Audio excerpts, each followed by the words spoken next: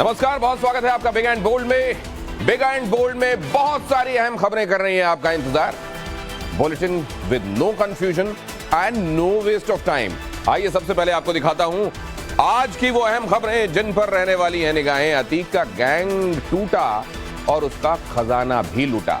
ये हम क्यों कह रहे हैं, पूरी खबर आज आप देखेंगे। कैसे शाइस्ता पाई पाई के लिए मोहताज हो गई है। हजारों करोड़ का एम्पायर, लेकिन काले तरीके से बनाया हुआ, किसी काम नहीं आ रहा है, वो आपको बताऊंगा। और ये भी बताऊंगा 8 सेकंड का नया वीडियो साक्षी के कातिल को फांसी के फंदे तक पहुंचाने के लिए काफी है क्या? ये पूरी पड़ताल आज होगी। और ज्ञानवापी केस में एक बार फिर हिंदुओं की जीत, क्या है इस जीत के मायने दिखाऊंगा। इलाहाबाद हाई कोर्ट से आया अपडेट। और आखिर ऐसा क्या हुआ कि हिजाब पहनने को मजबूर हो गई हिंदू लड़कियां? बिग एंड बोल्ड में आज इसके बारे में भी बताऊंगा। लेकिन शुरुआत करते हैं आज की इस बिग एंड बोल्ड स्टोरी के साथ। ये अहम खबर देखिए, दिल्ली के साक्षी मर्डर केस का नया वीडियो सामने आया। मर्डर से 2 मिनट पहले का वीडियो में तेजी से जाती हुई नजर आ रही है साक्षी। रात 8:42 का वीडियो है। पुलिस ने साक्षी के दोस्तों को पूछताछ के लिए बुलाया। भावना, नीतू और झमरू से होगी, झबरू से पूछताछ होगी। भावना, नीतू और झबरू से पूछताछ होगी। और यूपी में माफियाओं की कमर तोड़ने का प्लान कामयाबी की तरफ बढ़ रहा है। अतीक की कुर्क की गई जमीन पर प्रधानमंत्री आवास योजना के तहत फ्लैट्स बनाए गए हैं। फ्लैट्स को भगवा रंग में रंग कर सजाया गया है। अतीक की अवैध प्रॉपर्टी पर 76 फ्लैट्स तैयार हैं। 2021 में सीएम योगी ने रखी थी इसकी नींव। अब ये गरीबों के बीच में बांटे जाएंगे फ्लैट्स। ये वो जमीनें हैं जिनको हथियाया था अतीक और उसके गुर्गों ने, और बाद में जिसके मालिकों के बारे में कुछ पता नहीं चला। और बिग एंड बोल्ड में अगली अहम खबर यह कि बाहुबली मुख्तार अंसारी की आज एमपी एमएलए कोर्ट में पेशी हुई। वीडियो कॉन्फ्रेंसिंग के जरिए 2 गैंगस्टर मामलों पर सुनवाई हुई। फर्जी लाइसेंस के मामले में पेशी हुई। गवाह इरशाद की गवाही दर्ज की गई। 7 जून को होनी है अब इसकी अगली सुनवाई। और बिग एंड बोल्ड में अगली अहम खबर यह, ज्ञानवापी के श्रृंगार गौरी में नियमित पूजा की मांग वाली याचिका पर आज इलाहाबाद हाई कोर्ट ने अपना फैसला सुनाया। अंजुमन इंतजामिया मस्जिद कमेटी की याचिका खारिज कर दी गई। ज्ञानवापी मामले में हिंदू पक्ष की बड़ी जीत है। वाराणसी कोर्ट के फैसले को बरकरार रखा गया। इससे पहले हिंदू पक्ष की श्रृंगार गौरी की नियमित पूजा करने की मांग पर सुनवाई को वाराणसी कोर्ट ने इजाजत दी थी, जिसके बाद मुस्लिम पक्ष ने इसके खिलाफ हाई कोर्ट में याचिका लगाई। और बिग एंड बोल्ड में अगली अहम खबर यह कि भोपाल और हैदराबाद से पकड़े गए एचयूटी आतंकियों से पूछताछ में एक बड़ा खुलासा हुआ है। एचयूटी दे रहा था, हिजबुत तहरीर दे रहा था एजुकेशन जिहाद पर जोर। आतंकियों से मिले वॉइस नोट से यह खुलासा हुआ है। विदेश में बैठे आकाओं से आते थे ये वीडियो मैसेजेस, ऑडियो मैसेजेस, और प्रशासनिक सेवा की तैयारियों पर जोर देने की बात की जाती थी। कहा जाता था कि आप ऐसी तैयारी कीजिए कि आप प्रशासनिक सेवाओं में सेलेक्ट हो जाएं। सुविधाएं भी उपलब्ध कराने का जिक्र किया जाता था। और बिग एंड बोल्ड में अगली अहम खबर यह कि रांची के मॉडलिंग स्कूल के संचालक पर लव जिहाद का आरोप लगा है। मॉडल मानवी राज सिंह ने तनवीर पर लगाए हैं यह आरोप। धर्म परिवर्तन का दबाव बनाने का आरोप लगाया। तनवीर ने आरोपों को बेबुनियाद बताया है। मुंबई और रांची में एफआईआर दर्ज की गई है। और बिग एंड बोल्ड में अगली अहम खबर यह कि पीएफआई के फुलवारी शरीफ के मामले में एनआईए आज एक्शन में दिखाई दी। एनआईए ने आज देश के अलग अलग हिस्सों में रेड की। बिहार, कर्नाटक, केरल समेत 25 ठिकाने जिन पर रेड हुई। कटिहार में पीएफआई नेता के यहां छापेमारी हुई। घर पर छिपे होने की सूचना मिली थी। और इंडियन एयरफोर्स के राफेल फाइटर जेट ने हिंद महासागर में अपनी ताकत दिखाई। 4 राफेल लड़ाकू विमानों ने करीब 6 घंटे से ज्यादा तक युद्ध अभ्यास किया। यह एक्सरसाइज लॉन्ग रेंज मिशन के लिए है और इसीलिए आप देख रहे हैं यहां रिफ्यूलिंग भी हो रही है। Midway refuelling. भारतीय वायुसेना की तरफ से बताया गया कि जेट विमानों ने पूर्वी सेक्टर के हाथीमारा वायुसेना स्टेशन से उड़ान भरी और मिशन को अंजाम दिया। भारतीय वायुसेना ने इस अभ्यास को ऐसे समय में किया है जब चीन हिंद महासागर क्षेत्र में अपनी उपस्थिति बढ़ाने और अपना प्रभाव दिखाने की कोशिश कर रहा है। और अब बिग एंड बोल्ड में अगली अहम खबर की तरफ आपको लिए चलता हूं। और यह अहम खबर बेहद अहम। भारत की सबसे घातक सरफेस बैलिस्टिक मिसाइल प्रलय फाइनल टेस्ट के लिए पूरी तरह से तैयार है। इस मिसाइल के फाइनल टेस्ट के लिए बंगाल की खाड़ी में अब्दुल कलाम द्वीप पर तैयारियां भी पूरी कर ली गई। डीआरडीओ प्रलय मिसाइल के फाइनल टेस्ट में कोई कसर बाकी नहीं छोड़ना चाहता, इसलिए बंगाल की खाड़ी में नोटम यानी नोटिस टू एयरमैन भी जारी कर दिया गया है। इस मिसाइल के सफल परीक्षण के साथ ही चीन की विस्तारवाद की नीति को बड़ा खतरा पैदा हो सकता है। केवल इस मिसाइल का नाम ही प्रलय नहीं है, बल्कि ये दुश्मनों पर भी प्रलय बनकर टूटने की ताकत रखती है। आपको विस्तार से बताते हैं कि हम ऐसा कह क्यों रहे हैं। प्रलय मिसाइल की रेंज है 150 किलोमीटर से लेकर 500 किलोमीटर तक, जिसका मतलब है कि अगर इसकी रेंज के आसपास दुश्मन ने भटकने की हिमाकत की तो उसका खात्मा तय है। प्रलय मिसाइल का निशाना भी अचूक है, यानी एक बार इसे फायर किया गया तो दुश्मन को तबाह करके ही ये दम लेगी। इस मिसाइल का वजन 5 टन है और ये करीब 1000 किलोग्राम तक के हथियार अपने साथ ले जा सकती है। इसकी सबसे खास बात यह है कि इसे बनाने में 3 मिसाइलों की तकनीक का इस्तेमाल किया गया है। इसमें पृथ्वी 2, पृथ्वी 3 और प्रहार मिसाइल शामिल है। साथ ही इस मिसाइल में इंफ्रारेड और थर्मल टेक्निक का इस्तेमाल किया गया है, जिससे ये रात के वक्त भी टारगेट पर सटीक निशाना लगा सकती है। इस मिसाइल की एक और खास बात यह है कि इनर्शियल गाइडेंस सिस्टम पर काम करती है, जिससे इसके टारगेट को हिट करने की एक्यूरेसी बहुत ज्यादा बढ़ जाती है। और बिग एंड बोल्ड में अब अगली अहम खबर आपको बताता हूं। अगली अहम खबर यह कि मध्य प्रदेश के दमोह में स्कूल के टॉपर वाले पोस्टर में हिंदू लड़कियों को हिजाब में दिखाया गया। इसके बाद मध्य प्रदेश में नया बवाल खड़ा हो गया।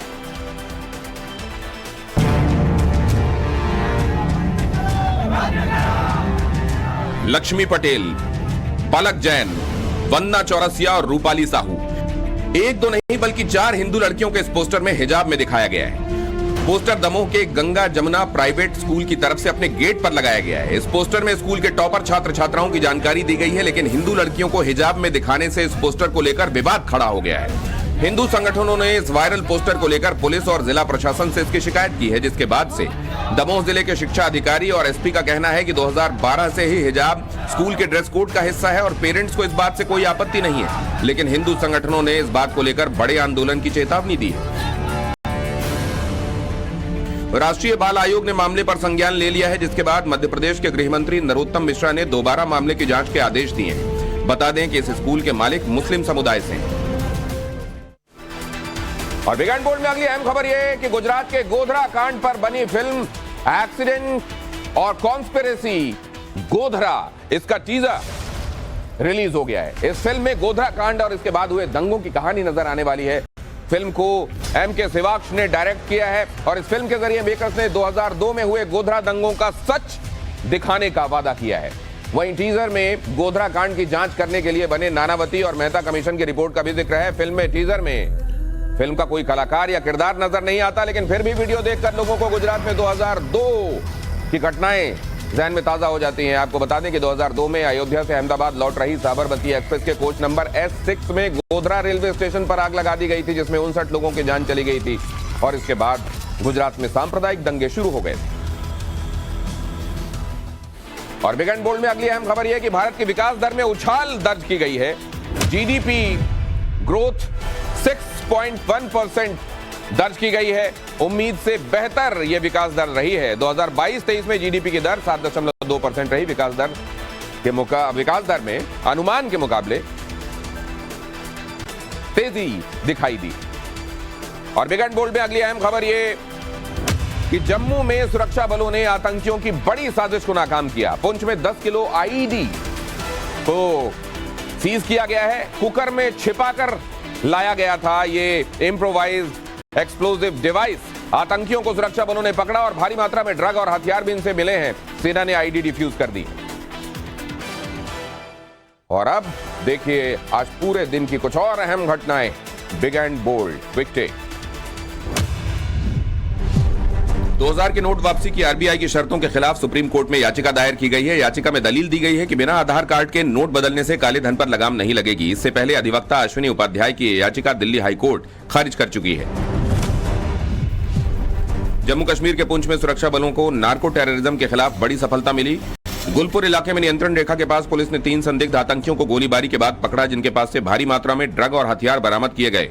बताया जा रहा है कि ड्रग और गोला बारूद सीमा पार से लाए गए थे। दिल्ली के करीब ग्रेटर नोएडा में ड्रग के इंटरनेशनल रैकेट का भंडाफोड़ हुआ। स्वाट की टीम ने बीटा 2 इलाके से 3 नाइजीरियन पकड़े हैं, जिनके पास से 30 किलो 900 ग्राम MDMA और ड्रग बनाने का केमिकल बरामद किया गया, जिसकी अंतर्राष्ट्रीय कीमत करीब 150 करोड़ रुपए है। मध्य प्रदेश के हरदा में रफ्तार ने 4 लोगों की जान ले ली। हादसा तब हुआ जब एक तेज रफ्तार कार बेकाबू होकर पेड़ से जा टकराई और उसमें आग लग गई। बताया जा रहा है कि कार का टायर फटने की वजह से हादसा हुआ। मरने वालों में एक ही परिवार के 3 लोग शामिल हैं।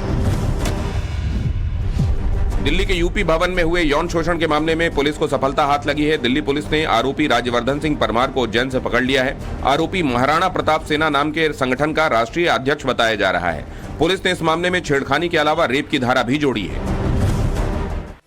और अब आपको दिखाता हूं बिग एंड बोल्ड पॉलिटिकल, और उसमें सबसे पहले ये अहम खबर, पीएम मोदी अजमेर में थे। पीएम मोदी आज पुष्कर के विश्व प्रसिद्ध ब्रह्मा मंदिर भी पहुंचे और वहां ब्रह्मा जी को उन्होंने पहुंचकर प्रणाम किया। यहां पीएम मोदी पुजारियों के सानिध्य में पूजा अर्चना करते नजर आए। ब्रह्मा मंदिर में पीएम ने आरती भी की और इसके बाद मंदिर के प्रांगण में परिक्रमा कर पूजा समाप्त की। करीब 20 मिनट तक पीएम मोदी ब्रह्मा मंदिर में रुके। पूजा पाठ के बाद पुजारियों ने पीएम मोदी को माला पहनाकर उनका स्वागत किया। प्रधानमंत्री मोदी को ब्रह्मा जी की एक तस्वीर भी भेंट की गई। और बिग एंड बोल्ड में इसी से जुड़ा एक और पहलू आपको बता दूं, राजस्थान के रण में पीएम मोदी का चुनावी शंखनाद देखने को मिला। अजमेर में जनसभा कर कांग्रेस पर उन्होंने हमला बोला। कांग्रेस को बताया कमीशन खोर पार्टी। कहा हर योजना में 85% कमीशन खाती है कांग्रेस। नई संसद पर कांग्रेस के बॉयकॉट पर भी बोला हमला। कहा कांग्रेस ने किया देश की भावनाओं का अपमान। और यहां जब प्रधानमंत्री खासतौर से पुष्कर में मंदिर में पहुंचे तो पता यह चला कि यहां पुष्कर में तो उनके पुरखों के बारे में भी एक पोथी में इंफॉर्मेशन है। प्रधानमंत्री नरेंद्र मोदी के परिवार के बारे में एक पोथी में जिक्र मिला। टाइम्स नाउ नवभारत को मिली एक्सक्लूसिव जानकारी के मुताबिक ये पोथी करीब 44 साल पुरानी बताई जा रही है। क्या है मोदी की उस पोथी में आपको बताते हैं। पुष्कर में जो पोथी मिली उसमें प्रधानमंत्री नरेंद्र मोदी के परिवार के उन बुजुर्ग सदस्यों का भी जिक्र है जो कभी वहां दर्शन करने के लिए पहुंचे थे। एक्चुअली आप देखते हैं कि हमारे यहाँ तीर्थ स्थलों में जो पुजारी और पंडे होते हैं वो इस तरह का रिकॉर्ड मेंटेन करते हैं। लिहाजा इसी तरह के रिकॉर्ड में प्रधानमंत्री नरेंद्र मोदी के पूर्वज भी वहां दर्शन के लिए पहुंचे थे, ये लिखा हुआ मिला। इसमें साफ लिखा हुआ है कि संवत 2036 में यानी करीब 44 साल पहले प्रधानमंत्री के परिवार के कुछ बुजुर्ग सदस्य वहां दर्शन करने के लिए गए थे और उसी पोथी में नरेंद्र मोदी का नाम भी लिखा हुआ है। इसके अलावा खास बात यह भी है कि उस पोथी में वडनगर के रेलवे स्टेशन पर चाय की दुकान का भी जिक्र है और वडनगर रेलवे स्टेशन की वही चाय की दुकान है जिसका जिक्र कई बार प्रधानमंत्री कर चुके हैं। नरेंद्र मोदी ने कई बार ये बताया है कि यहां पर वो चाय बेचकर परिवार के भरण पोषण में अपनी भूमिका निभाते हैं। और बिग एंड बोल्ड में अगली अहम खबर की तरफ आपको ले चलूं। विदेश की धरती पर राहुल गांधी का फिर विवादित बयान देखने को मिला। कहा अगर प्रधानमंत्री भगवान के साथ भी बैठते तो भगवान को समझाने लग जाते कि ब्रह्मांड कैसे काम करता है। राहुल के बयान को भारतीय जनता पार्टी ने बताया देश का अपमान। अनुराग ठाकुर ने कांग्रेस से पूछा सवाल, क्या देश पर कीचड़ उछालने का जिम्मा राहुल गांधी ने ले रखा है। 10 दिन के अमेरिकी दौरे पर हैं इस वक्त राहुल गांधी। और बिग एंड बोल्ड में अगली अहम खबर बागेश्वर सरकार से जुड़ी हुई। बागेश्वर सरकार धीरेन्द्र शास्त्री पहुंचे सोमनाथ मंदिर। विधि विधान के साथ उन्होंने पूजा अर्चना की। सोमनाथ की ध्वजा को बताया हिंदू राष्ट्र का गौरव। कहा शिव के आशीर्वाद से जल्द भारत बनेगा हिंदू राष्ट्र। सोमनाथ मंदिर की स्वच्छता को लेकर मंदिर के पुजारियों की उन्होंने सराहना भी की। और बिग एंड बोल्ड में अगली अहम खबर पहलवानों और ब्रिजभूषण के बीच चल रहे दंगल से संबंधित यह खबर आपको बता दूं। दिल्ली पुलिस की जांच से केस में एक बड़ा खुलासा हुआ है। ब्रिजभूषण पर यौन उत्पीड़न का आरोप लगाने वाली महिला पहलवान निकली बालिग। शिकायत में पीड़िता ने खुद को बताया था नाबालिग। दिल्ली पुलिस ब्रिजभूषण के ऊपर से हटा सकती है पॉक्सो की धारा। पुलिस के सूत्रों की माने तो ब्रिजभूषण के खिलाफ नहीं मिले हैं कोई पर्याप्त सबूत। जल्द फाइनल रिपोर्ट दाखिल कर सकती है पुलिस। और अब आपको इससे जुड़ी एक और तस्वीर दिखाते हैं। पहलवानों और ब्रिजभूषण के बीच चल रहे दंगल को लेकर जब भारतीय जनता पार्टी की नेता और केंद्रीय मंत्री से सवाल पूछा गया, मीनाक्षी लेखी यहां आपको दिखाई दे रही हैं, तो उन्होंने दौड़ लगा दी। ये वीडियो आम आदमी पार्टी नेता और दिल्ली महिला आयोग की अध्यक्ष स्वाति मालीवाल ने ट्वीट किया है। मैम रेसलर्स अपने मेडल बहाने जा रहे हैं, उनके बारे में क्या कहेंगे आप? रेसलर्स अपने मेडल और तेलंगाना में विधानसभा चुनावों की तारीखों के ऐलान से पहले ही जुबानी जंग तेज हो गई है। ओवैसी ने साधा पीएम मोदी और गृहमंत्री अमित शाह पर निशाना। ओल्ड सिटी को लेकर दिए बयान पर ओवैसी गुस्सा है। कहा क्या ओल्ड सिटी किसी के बाप की जागीर है? दम है तो चीन पर सर्जिकल स्ट्राइक करके दिखाएं। आदिलाबाद की रैली में ओवैसी ने दिया बयान और इसी साल तेलंगाना में विधानसभा चुनाव होने। राष्ट्रगान को लेकर जितनी संवेदनशीलता होनी चाहिए वो दिखाई क्यों नहीं देती? और अगर ऐसा हुआ है तो राहुल गांधी सरीखे नेता ने इस पर स्टैंड क्यों नहीं लिया? हम किस घटना का जिक्र कर रहे हैं इस रिपोर्ट में?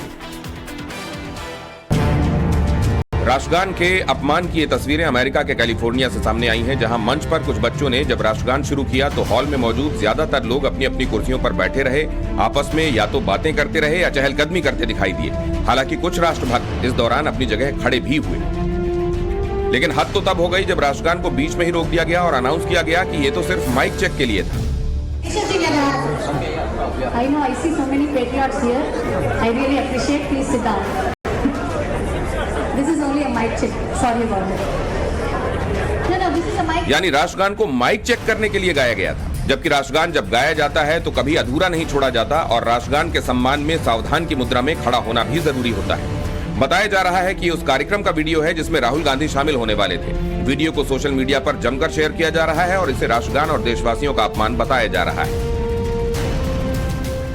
और अब आपको दिखाता हूं कुछ और big and bold political quick tips.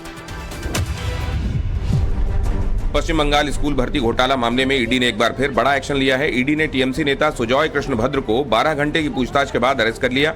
CBI पहले भी उनसे पूछताछ कर चुकी है। सुजॉय भद्र को अभिषेक बनर्जी का करीबी माना जाता है।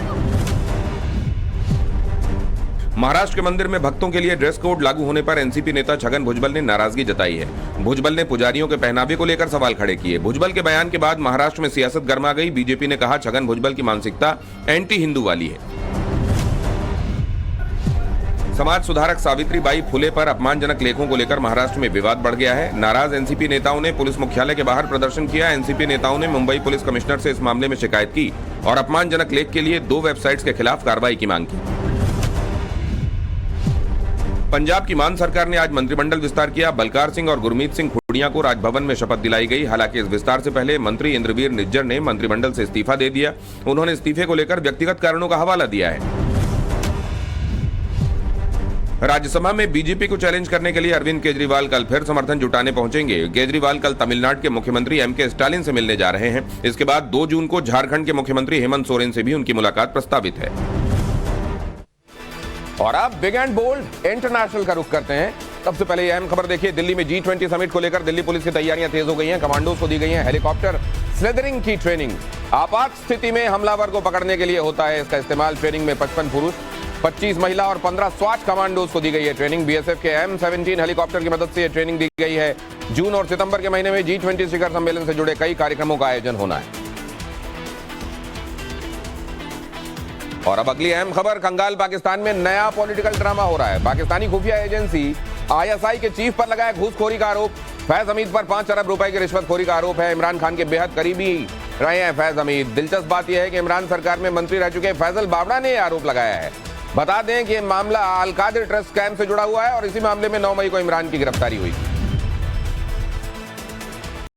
कंगाल पाकिस्तान की इंटरनेशनल बेइज्जती हुई है, वो खबर भी देख लीजिए। मलेशिया ने सीज किया पाकिस्तान का विमान। लीज पर लिया था मलेशिया से प्लेन, लेकिन भुगतान नहीं किया गया। मलेशिया ने प्लेन खड़ा करा लिया। पाकिस्तान पर प्लेन के लिए $4 मिलियन का बकाया है। बता दें कि दुनिया में मलेशिया को पाकिस्तान का हमदर्द माना जाता है, मुस्लिम ब्रदरहुड, लेकिन साथ में ये सच्चाई।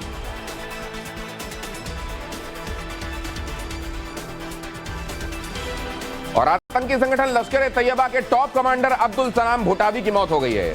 आतंकी अब्दुल भुटावी लंबे वक्त से पाकिस्तान की जेल में बंद था। भुटावी को आतंकी हाफिज सईद का दाहिना हाथ कहा जाता था। क्यों कहा जाता था उसको दाहिना हाथ, अब आपको ये समझाते हैं। जरा भुटावी के बारे में ये सच देखिए। अब्दुल सलाम भुटावी हाफिज का हाथ कट गया। मुंबई हमलों का गुनहगार था आतंकी भुटावी, जिसकी तस्वीर वहां आप देख रहे हैं हाफिज सईद के साथ। अब्दुल सलाम भुटावी वही आतंकी जिसने 2008 के मुंबई हमलों के लिए लश्कर के आतंकियों को ट्रेनिंग दी थी। इसके अलावा हाफिज सईद के इशारे पर अब्दुल सलाम भुटावी कई आतंकी घटनाओं को अंजाम दे चुका था। इतना ही नहीं, साल 2002 और 2008 में जब दिखावे के लिए पाकिस्तान सरकार ने हाफिज सईद को गिरफ्तार किया था तो उस वक्त भी लश्कर की कमान भुटावी के हाथों में ही थी। अब्दुल सलाम भुटावी लश्कर के सबसे खतरनाक आतंकियों में से एक था। इसीलिए 2012 में यूनाइटेड नेशन ने उसे इंटरनेशनल टेररिस्ट घोषित किया था।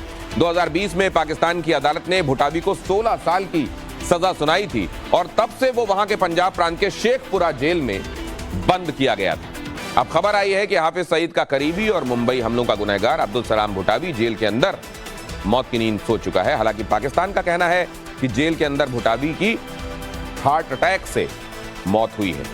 पाकिस्तान जिस बात को कहता है दुनिया उसको एज इट इज ले नहीं पाती, ये भी एक सच्चाई है। और अगली अहम खबर यह है कि रूस का यूक्रेन पर बड़ा आरोप लुहांस्क के नागरिकों को निशाना बना रहा है। यूक्रेन देर रात लुहांस्क में यूक्रेन सेना ने बमबारी की। बमबारी में 1 की मौत हुई और 19 लोग जख्मी हो गए।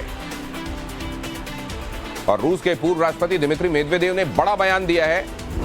ब्रिटेन के अधिकारियों को उन्होंने लेजिटिमेट टारगेट कहा है कि अगर हम इनको कहीं पर भी निशाना बनाएंगे तो यह जायज होगा, क्योंकि यूक्रेन के साथ साथ ब्रिटेन और रूस के बीच में भी युद्ध चल रहा है।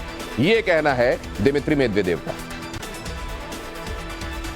और अमेरिकी राष्ट्रपति जो बाइडेन पर यौन उत्पीड़न का आरोप लगाने वाली महिला रूस पहुंची है। मॉस्को में नजर आई तारा रीडे। तारा रीडे ने मॉस्को में अधिकारियों से रूसी नागरिकता की मांग की है। रूसी मीडिया से कहा, अमेरिका में मेरी जान को खतरा है। बता दें 2020 के राष्ट्रपति चुनाव के दौरान बाइडेन पर उन्होंने यौन उत्पीड़न का आरोप लगाया था।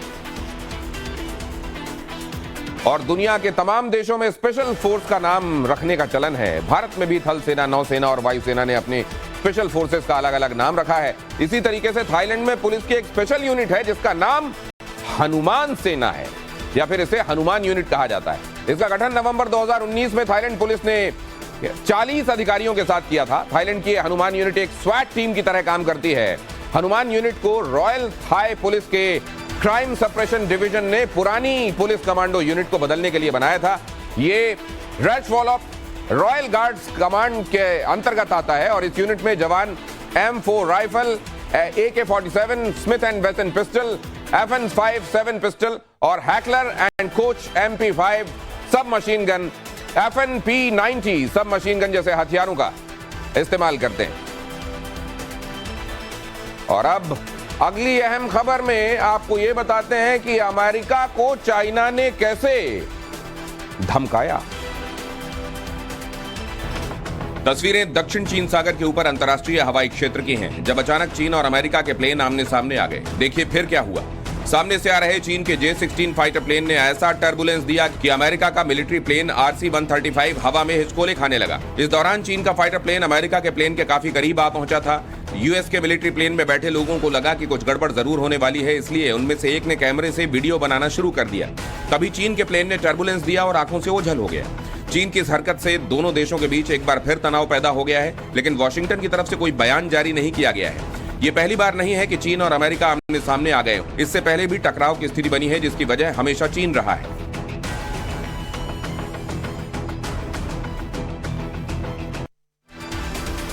ये चाइना का J-16 था और अमेरिका का RC-135।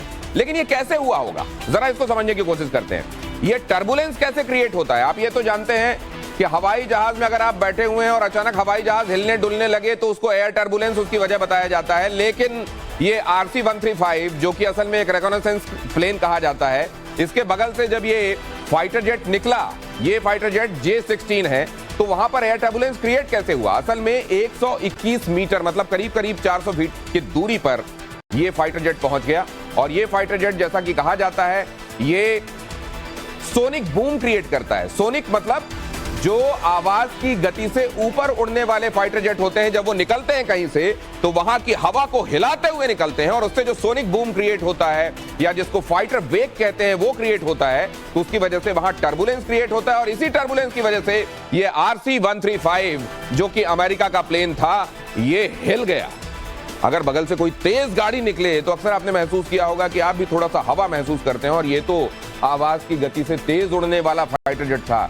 उसने RC 135 को 400 फुट की दूरी से हिला दिया। आगे आपको दिखाता हूं ये अहम टेक्स, ये quick takes, big and bold. Delhi में मौजूद पाकिस्तान हाई कमीशन का स्कूल बंद हो गया है क्योंकि पाकिस्तान के पास स्कूल का खर्च उठाने के लिए पैसे नहीं है। 3 साल से स्कूल के स्टाफ को सैलरी भी नहीं मिली है। हालांकि पाकिस्तान सफाई दे रहा है कि स्कूल में बच्चों की तादाद कम हो गई थी, इसलिए स्कूल बंद कर दिया। किम जोंग उन का जासूसी मिशन फेल हो गया। नॉर्थ कोरिया ने जैसे ही अपना पहला जासूसी उपग्रह लॉन्च किया, कुछ ही देर बाद वो येलो सी में जा गिरा।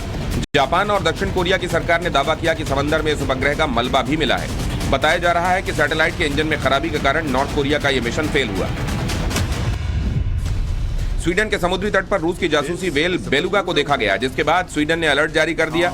इस वेल को रूसी नौसेना की तरफ से जासूस के रूप में ट्रेंड किए जाने की अटकलें लगाई जाती हैं। स्वीडन के साथ नॉर्वे भी अपने नागरिकों को इस रूसी जासूसी वेल से दूर रहने की चेतावनी दे रहा है। यूक्रेन युद्ध के बीच यूरोप में एक और टेंशन बड़ी होती जा रही है। कोसोवो में सर्बिया के प्रदर्शनकारियों के हमले में नेटो के 30 सैनिक जख्मी हो गए। इसके बाद नेटो ने 700 अतिरिक्त सैनिकों को भेजने का फैसला लिया। नेटो के इस कदम के बाद सर्बिया ने भी अपनी सेना को कोसोवो सीमा पर डिप्लॉय कर दिया। और अब दिखाते हैं आपको बिग एंड बोल्ड ट्रेंडिंग। सबसे पहले ये अहम खबर देखिए। वर्ल्ड नो टोबैको डे से जुड़ी हुई केंद्रीय स्वास्थ्य मंत्रालय ने जारी किया नए नियमों का नोटिफिकेशन। OTT प्लेटफॉर्म पर तंबाकू विरोधी चेतावनी देना होगा जरूरी। किसी भी कंटेंट में तंबाकू विरोधी चेतावनी दिखाने का नियम सख्त हुआ। नियम न मानने पर होगी कड़ी कार्रवाई। और अगर आपको लग रहा है कि तंबाकू सिर्फ लोगों की जान की दुश्मन है, तो ये भी जरा देख लीजिए कि तंबाकू सिर्फ लोगों की जान ही नहीं ले रही है, बल्कि वो जमीनों की भी दुश्मन है। तंबाकू उन जमीनों को बंजर बना रही है जिन पर अच्छी खासी फसल उगाई जा सकती है, क्योंकि जिस जमीन पर तंबाकू की फसल उगाई जाती है, धीरे धीरे उसकी मिट्टी की उर्वरता कम हो जाती है। बाद में वो जमीन किसी दूसरी फसल को उगाने लायक रहती ही नहीं, या फिर दूसरी फसल को उगाने की उसकी क्षमता बेहद कम हो चुकी होती है। तंबाकू की पैदावार के बारे में WHO की एक चौंकाने वाली रिपोर्ट भी आई है। उस रिपोर्ट के मुताबिक हर साल करीब 35 लाख हेक्टेयर जमीन पर तंबाकू की पैदावार होती है। इतना ही नहीं, हर साल तंबाकू उगाने के लिए करीब 2 लाख हेक्टेयर जंगलों की कटाई भी होती है। तंबाकू उगाने के लिए बड़ी तादाद में कीटनाशकों का इस्तेमाल होता है, जिससे उपजाऊ मिट्टी को खासा नुकसान पहुंचता है। यानी जो तंबाकू लोगों की जान ले रही है, वो जमीन की भी बहुत बड़ी दुश्मन है। अगली बार तंबाकू खाने से पहले इन दोनों बातों पर गौर जरूर कीजिएगा।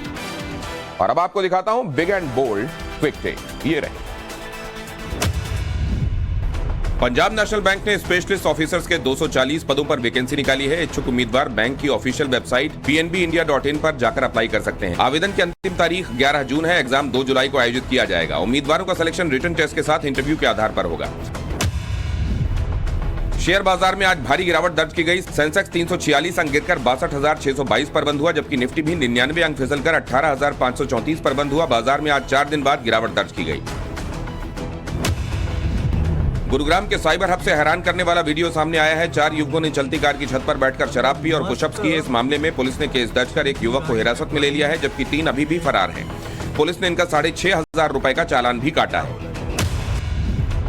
दिवालिया होने के कगार पर खड़ी गो फर्स्ट एयरलाइन ने अपने कर्मचारियों का वेतन बढ़ाने का फैसला लिया है। रिटेंशन अलाउंस के नाम पर पायलट और फर्स्ट ऑफिसर्स की सैलरी 50,000 से 1 लाख तक बढ़ाई जा रही है। इसे गो फर्स्ट के परिचालन को फिर से शुरू करने की कोशिश के तौर पर देखा जा रहा है। और यहाँ बिग एंड बोल्ड में कुछ देर के लिए रुक रहे हैं, लेकिन आगे बिग एंड बोल्ड स्पेशल योगी की भगवा क्रांति कही जाइएगा।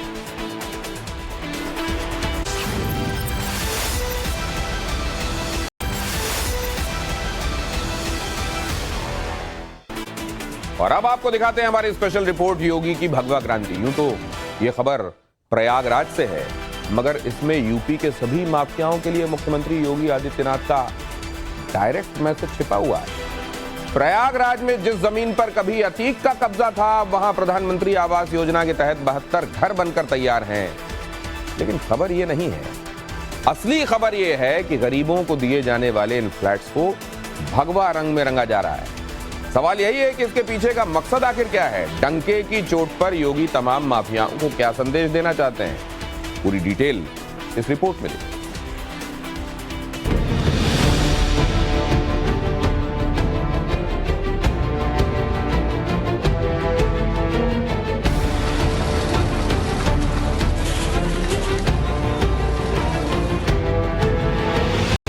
एंटी भूमाफिया टास्क फोर्स बना करके लैंड बैंक तैयार किया गया। 64,000 हेक्टेयर से अधिक भूमि उत्तर प्रदेश के अंदर लैंड बैंक के रूप में भूमाफियाओं के कब्जे से मुक्त कराकर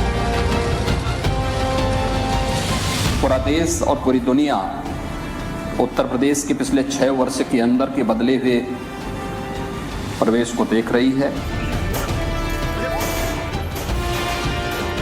पहले था, लेकिन जब से हमारे योगी जी इधर यूपी में आए हैं तब से डर नाम की चीज़ नहीं है।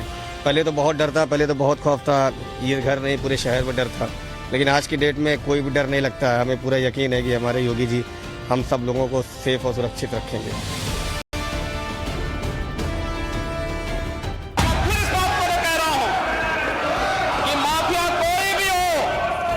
सरकार की जीरो टॉलरेंस की नीति है।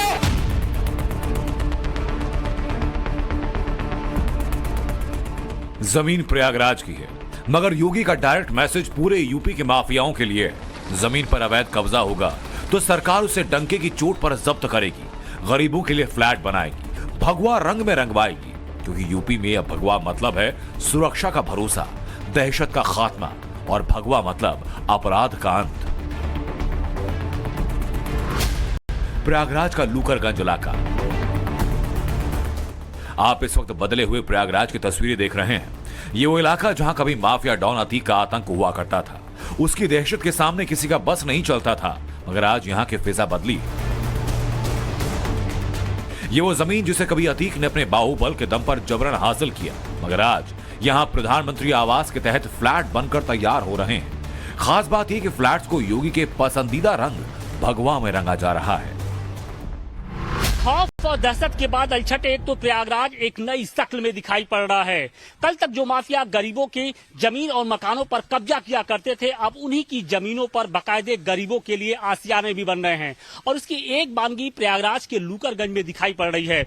जिस जगह हम मौजूद हैं, ये अतीक अहमद की कभी प्रॉपर्टी हुआ करती थी, लेकिन अब यहाँ पर गरीबों के लिए बाकायदे आशियाने तैयार किए जा रहे हैं। और इसकी एक जो तस्वीर है वो हम आपको दिखाने की कोशिश कर रहे हैं कि प्रयागराज डेवलपमेंट अथॉरिटी की ओर से अब इस जमीन पर प्रधानमंत्री आवास योजना के तहत फ्लैट तैयार किए जा रहे हैं। कुल 76 फ्लैट्स हैं जो गरीबों को सौंपे जाएंगे। और जिस जमीन पर यह बन रहा है, यहां पर कभी अतीक अहमद का कब्जा हुआ करता था, लेकिन योगी राज ने जिस तरीके से माफियाओं के खिलाफ कार्रवाई की, उसके बाद इन जमीनों को न सिर्फ छुड़ाया गया, बल्कि यहां पर अब जो गरीब हैं उनके लिए आशियाने तैयार किए जा रहे हैं, फ्लैट्स तैयार किए जा रहे हैं। और बड़ी बात यह है कि इन सारे जो फ्लैट्स हैं, जो आप देख रहे हैं, इनकी दीवारें हैं, उनको भगवा मय किया जा रहा है। यानी प्रयागराज में जो दहशत था वो उसको हटाने के साथ साथ जो हिंदुत्व का प्रतीक है, जो खुद जिसे सीएम योगी आदित्यनाथ जिस रंग को पसंद करते हैं, भगवा रंग, उस रंग में यहाँ के जो फ्लैट्स हैं वो रंगे नजर आएंगे।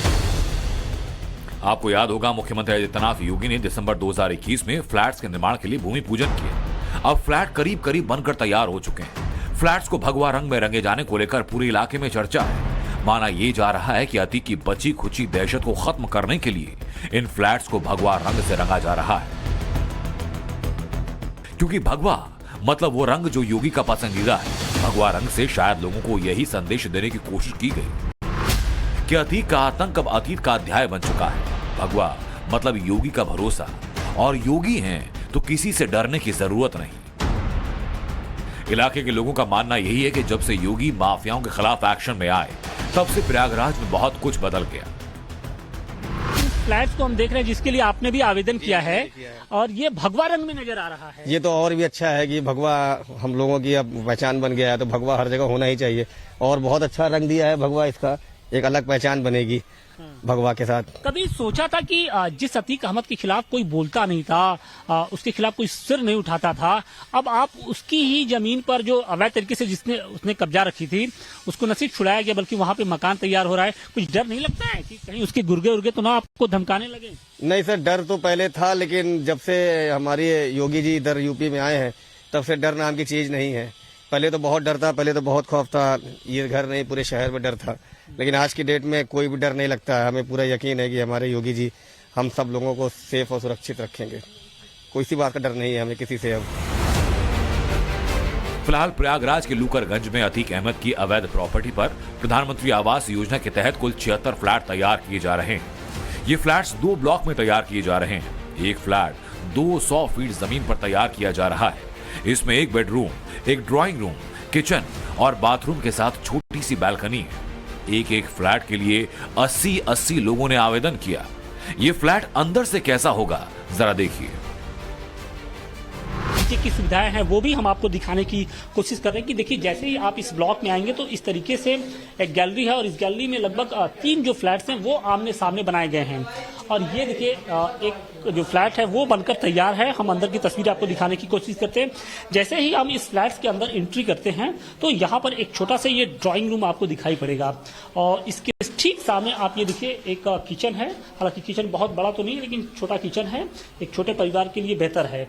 और अब अंदर की तस्वीर हम आपको दिखाने की कोशिश करते हैं कि इससे ठीक सटा हुआ एक ये बेडरूम है। लगभग 10 बाई 10 का ये बेडरूम है और आप देख सकते हैं कि यहाँ पर जो इलेक्ट्रिसिटी की सारी जो सुविधाएं हैं वो बिल्कुल यहाँ पर दी गई हैं। 10 बाई 10 का ये कमरा है और इसी कमरे से सटा हुआ ठीक देखेंगे तो एक छोटी सी यहाँ पर बालकनी भी बनाई गई है जहाँ से आप बाहर का जो नज़ारा है वो देख सकते हैं। तो बिल्कुल ये फ्लैट्स हैं वो बिल्कुल बन के तैयार हैं।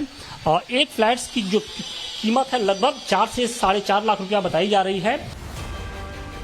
सत्ता में आते ही योगी आदित्यनाथ ने कानून व्यवस्था के मोर्चे पर जीरो टॉलरेंस की नीति अपनाते हुए माफियाओं की अवैध प्रॉपर्टी को कुर्क करने के साथ उनकी जमीन पर गरीबों के लिए आशाना बनाने की बात कही। ये फ्लैट योगी के उसी वादे की जमीनी हकीकत है और शायद पहली किश्त भी, क्योंकि ऐसे ही माफियाओं की कब्जाई जमीन पर गरीबों के लिए और भी तोहफों की कई और किश्तें भविष्य में सामने आने वाली हैं। एंटी भूमाफिया टास्क फोर्स बना करके लैंड बैंक तैयार किया गया। 64,000 हेक्टेयर से अधिक भूमि उत्तर प्रदेश के अंदर लैंड बैंक के रूप में भूमाफियाओं के कब्जे से मुक्त करा करके सत्ता के संरक्षण में जो लोग इन जमीनों में कब्जा करते थे उनसे मुक्त करा करके प्रदेश का एक भारी भरकम लैंड बैंक बना। दूसरों की जमीन पर कब्जा करने वाले माफियाओं को योगी राज में कैसे उनकी हैसियत दिखाई गई उसे जरा इस आंकड़े से समझिए। बीते 6 सालों में 62 चिन्हित माफियाओं के खिलाफ एक्शन लिया गया। माफिया गैंग के 466 लोगों के खिलाफ केस दर्ज किया गया।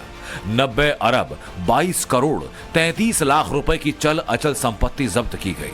करीब 1100 करोड़ रुपए की संपत्ति अवैध कब्जे से मुक्त कराई गई या फिर ध्वस्त की गई। बीते 6 सालों में योगी ने जिस तरह से यूपी में माफिया राज का सफाया किया वो दूसरे राज्यों के एक नजीर बनकर सामने आया। आज बड़े से बड़े माफिया सरकार के डर से घुटनों पर है, जेल की सलाखों के पीछे अपनी सलामती समझ रहे हैं। सिर्फ अतीक की बात करें तो आज भले ही प्रयागराज में अतीक के बचे खुचे कुनबे के लिए कोई ठिकाना ना हो, लेकिन उमेश पाल की हत्या तक अतीक की दहशत अनगिनत दहलीजों तक दस्तक देती थी, जिसमें बड़े बिल्डर और प्रॉपर्टी डीलर एक तरफ जहां माफिया से साठ गांठ कर कमजोरों की जमीनों पर कब्जा कर रही बड़ी बड़ी बिल्डिंगें तैयार करने में जुटे थे, तो कुछ सफेद पोश माफिया को शह देने के भागीदार बने थे। लेकिन उमेश पाल की हत्या के बाद सब बदल गया। और मैं फिर इस बात को कह रहा हूं कि माफिया कोई भी हो, सरकार की जीरो टॉलरेंस की नीति है और उन माफियाओं के खिलाफ मिट्टी में मिलाने का काम उनका हमारी सरकार करेगी, पूरी मजबूती के साथ उनसे निपटने का कार्य करेगी। हालांकि योगी राज में अतीक को चोट पहुंचाने का सिलसिला साल 2020 के सितंबर महीने से शुरू हो चुका था। सबसे पहले अतीक के साढ़ू इमरान जई के 3 मंजिला अवैध मकान को ढहाया गया। फिर बीते 3 सालों में अतीक और उसके गुर्गों के 120 से ज्यादा बिल्डिंग को ध्वस्त किया जा चुका है। खबरों के मुताबिक योगी सरकार ने अब तक अतीक के आर्थिक साम्राज्य पर 1700 करोड़ की चोट की। योगी सरकार के आदेश पर पीडीए यानी प्रयागराज विकास प्राधिकरण अब तक शहर में अतीक के करीब 24 अवैध मकान, होटल और कोल्ड स्टोरेज को ढहा चुका है। अब तक 45 से ज्यादा अवैध मकान, गेस्ट हाउस, लॉज ढहाए जा चुके हैं, जिनकी कीमत 1500 करोड़ रुपए